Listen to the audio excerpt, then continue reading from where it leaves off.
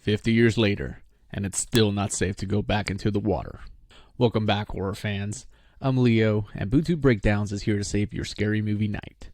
To celebrate the 50th anniversary of my favorite movie, I figure no better time than now to review Jaws. Right off the bat, Jaws scores a 6.8 out of 10, landing it solidly in our Ghoul Drool category. But here's the thing. I've already had to go through the stomach contents of a tiger shark just to get you the score. And in a few minutes, I'll show you exactly why this film earned its rating. If you disagree with my score at the end of the video, be sure to let me know how much you want to be eaten by a great white shark in the back of a sinking ship. And then like, share, and subscribe about it in the comment section.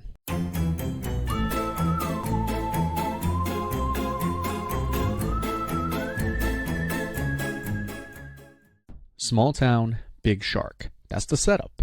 A beach community gets terrorized by a massive great white shark, and the local sheriff, who's afraid of water naturally, has to step up. Throw in a greedy mayor who thinks tourist dollars are more important than human lives, and you've got bureaucracy literally feeding people to the fish. Once enough bodies stack up, the sheriff teams up with a marine biologist and a grizzled fisherman, forming the world's most dysfunctional shark hunting trio. The first half is slow burn suspense. Shadows in the water, sudden attacks, that iconic score gnawing at your nerves. The second half is pure survival horror on a boat, as three men try to outwit nature's perfect predator. The tension is relentless, with each attack escalating until the finale. And yes, it all ends with one guy stuffing an oxygen tank in a shark's mouth and blowing it sky high. Hollywood subtlety at its finest. A primal, stripped-down story of man versus monster, but dressed up as a summer blockbuster.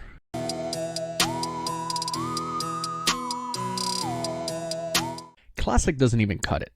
Jaws didn't just make waves, it invented an entire subgenre, shark horror. On the surface is the story of Chief Brody reluctantly teaming up with the academic, the theorist, and a fisherman, the practical one, to kill the beast terrorizing his community. But dig deeper and you see the structure of the hero's journey hidden inside a fishing trip.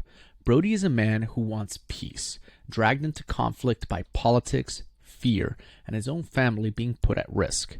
The tragedy is that he doesn't want the fight, but the fight comes anyways, and he has to pick up weapons and allies along the way to face it. The mayor is a perfect example of good intentions pave the road to hell. His choices feel rational for the economy, but they kill people.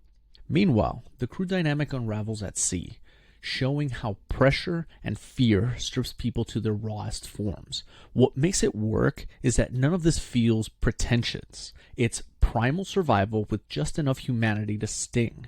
Sure, the tiger shark subplot feels like filler, but it barely dents the larger picture. At its core, this is a perfect balance of myth, tragedy, and monster movie mayhem. That's why I give this story a 10 out of 10.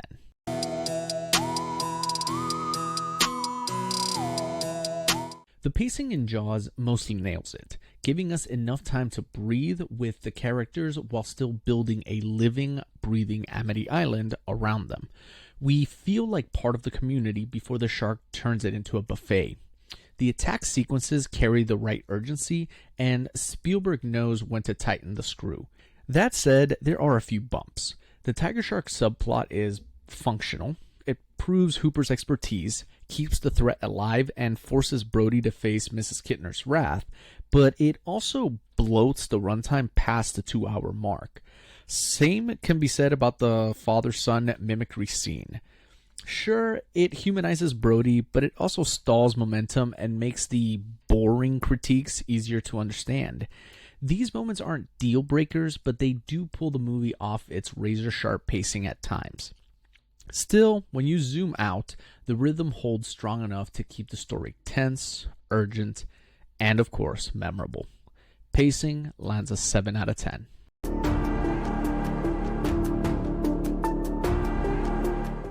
The fear factor in Jaws is one of those things that works less as a direct scare and more as a cultural nuke. On paper, the setup isn't terrifying. There's a shark in the water, so just don't go in the water and you're safe. That's it. But when this hit in 1975, nobody had ever seen a monster like Bruce before. Yes, that's the shark's name, and yes, Pixar naming Finding Nemo's shark Bruce is a direct nod. The sheer impact of it tore through pop culture like chum in the water, and suddenly an entire generation was terrified of sharks. A buddy of mine told me he worked in a marina during those days, and for months it was a ghost town. Boats tied up, docks empty, the whole thing gutted by fear of a fish. That's how deep this movie cut. People will argue about what's scary, but no horror film has created generational trauma quite like this one. Personally, I didn't find it scary at the moment, more suspenseful than horrifying, but its legacy is undeniable. Fear here isn't about the jump scares or the gore, it's about reshaping the collective imagination. For this reason alone, the fear score cannot be lower than a 6 out of 10.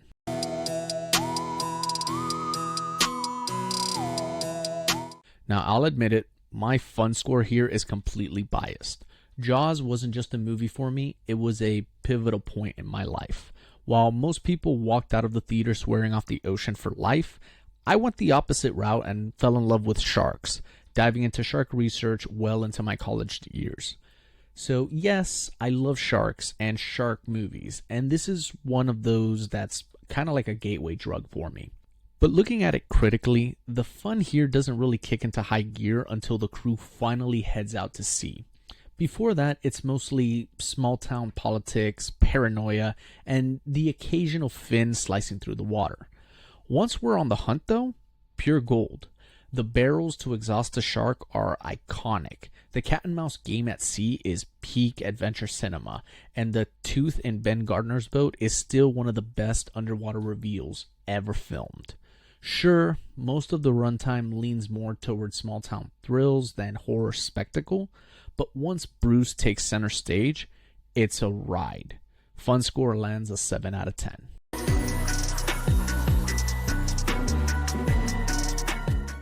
The ending of Jaws isn't bad, it's just trapped in the conventions of its era.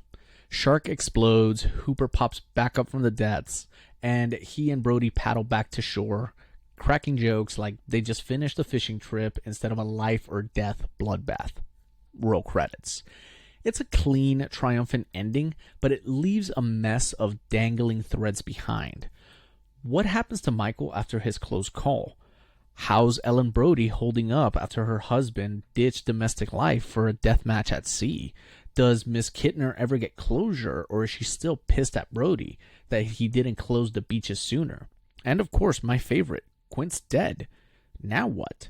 Does the town build a statue or just quietly never mention the guy again? The film skips all of the fallout in favor of a simple monster movie wrap-up. Kill the beast, cue the happy ending. For the 70s, it works, but for me, it's just fine. Ending gets a 4 out of 10. So that's Bootube Breakdowns' take on Jaws. Averaging our scores gives this movie a 6.8 out of 10, which places it in our Ghoul Drool category. Do you agree with my rating?